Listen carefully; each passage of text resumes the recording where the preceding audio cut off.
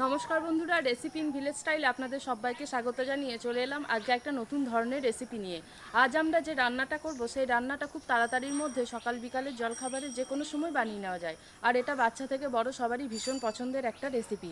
তাহলে চলুন বন্ধুরা, রান্নাটা শুরু করি, আর আপনারা কিন্তু প্লিজ পুরো ভিডিওটা দেখুন।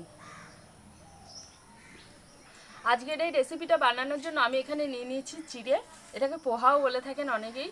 তো আজকে এই চিড়ে দিয়েই এই জলখাবারের রেসিপিটা বানাবো। চিড়েটাকে প্রথমে খুব ভালো করে জল দিয়ে ধুয়ে নেব।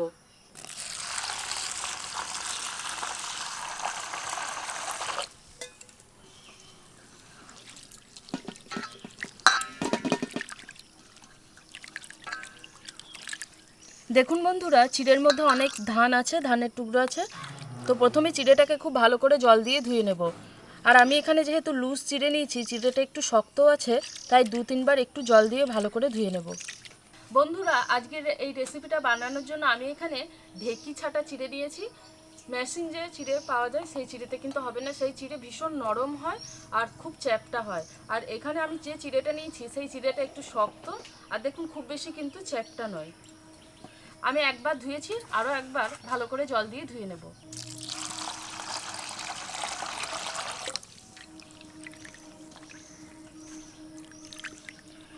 জল দিয়ে ধোয়ার সময় চিড়েগুলোকে কিন্তু হাত দিয়ে খুব বেশি চটকাবো না, এমনি জাস্ট একটু নাড়িয়ে দেবো যাতে এর মধ্যে থাকা যে ধানের টুকরোগুলো আছে সেগুলো বেরিয়ে যায়।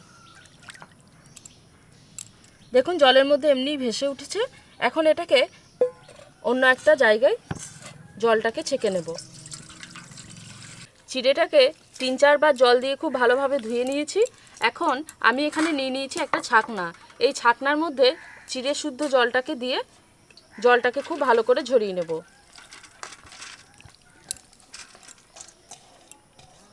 আমি এখানে 250 গ্রাম পরিমাণ চিড়ে নিয়েছিলাম, সেই চিড়ের মাপ অনুযায়ী আমি এখানে 2টি মাঝারি সাইজের পেঁয়াজ নিয়েছি, পেঁয়াজটাকে কুচি করে নেব। আর আমি 2 টুকরো আদা নিয়েছি, আদাটা বেটে নেব।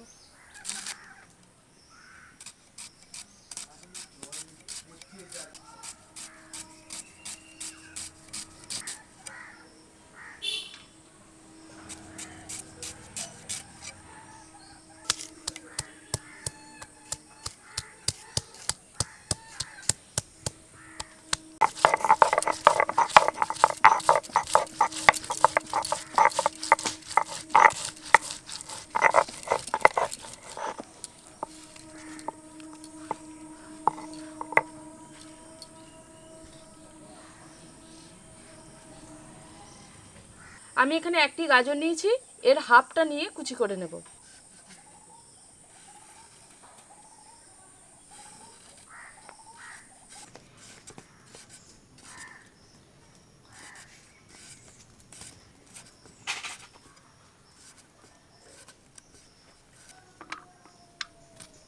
দুটো কাঁচা লঙ্কা কুচি করে নেব।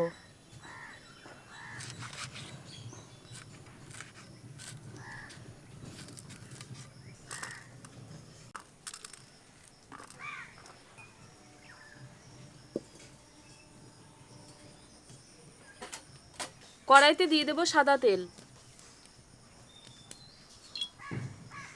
বাদাম নিয়েছি, ভেজে নেব।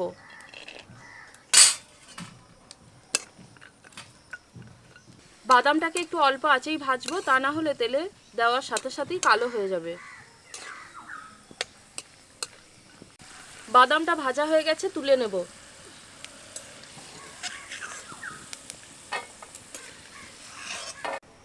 কাজু বাদাম ভেজে নেব।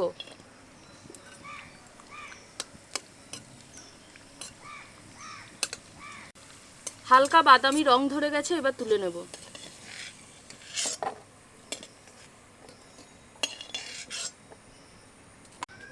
এখন এই তেলের মধ্যে দিয়ে দেব হাফ চা চামচ জিরে, হাফ চা চামচ মৌরি,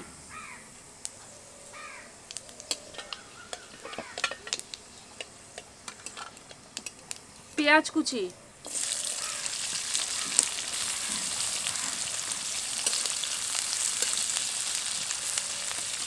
গাজর কুচি, পেঁয়াজ এবং গাজরটাকে একটু নরম হওয়া পর্যন্ত খুব ভালোভাবে নেড়ে নেব। পেঁয়াজ এবং গাজর একটু ভাজা ভাজা হয়ে গেছে, তেলটাকে একটু মধ্যেখানে ফাঁকা করে নিয়েছি। এখন এর মধ্যে দিয়ে দেব আদা বাটা।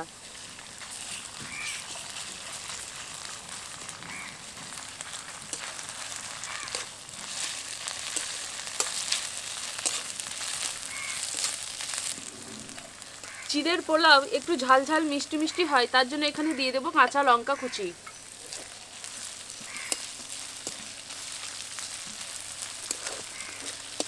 কিশমিশ,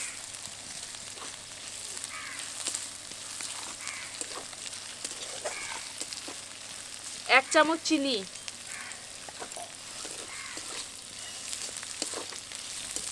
1 চা চামচ হলুদ গুঁড়ো,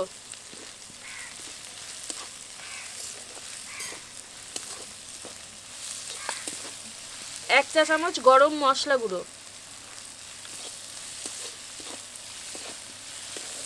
সমস্ত মশলাগুলো যেগুলো দিয়েছি সেগুলো সব দিয়ে ভালোভাবে নেড়ে নিয়েছি।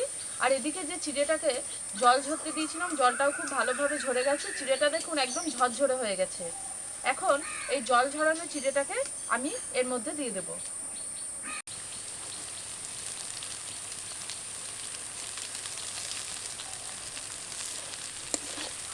খুব ভালোভাবে মশলার সাথে মিশিয়ে নেব।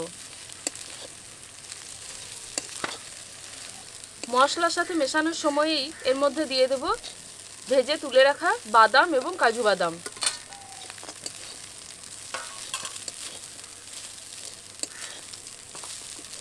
মশলার সাথে চিড়েটাকে খুব ভালোভাবে মেখে নেওয়ার সময় এর মধ্যে দিয়ে দেব লবণ।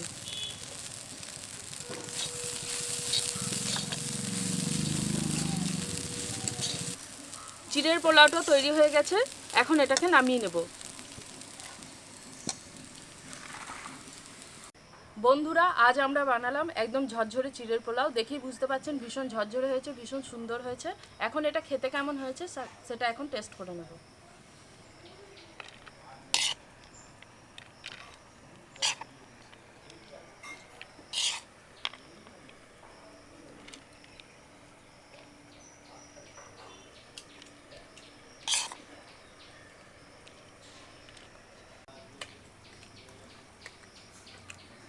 ভীষণ সুন্দর লাগছে খেতে। যা লাগছে না, দারুণ দারুণ। আর আদা দেওয়া হয়েছে, আদার ফ্লেভারটা খুব সুন্দর লাগছে, সবটার মধ্যে খুব ভালোভাবে ছড়িয়ে গেছে, ভীষণ সুন্দর খেতে লাগছে। ঝাল ঝাল মিষ্টি মিষ্টি ভালো লাগছে।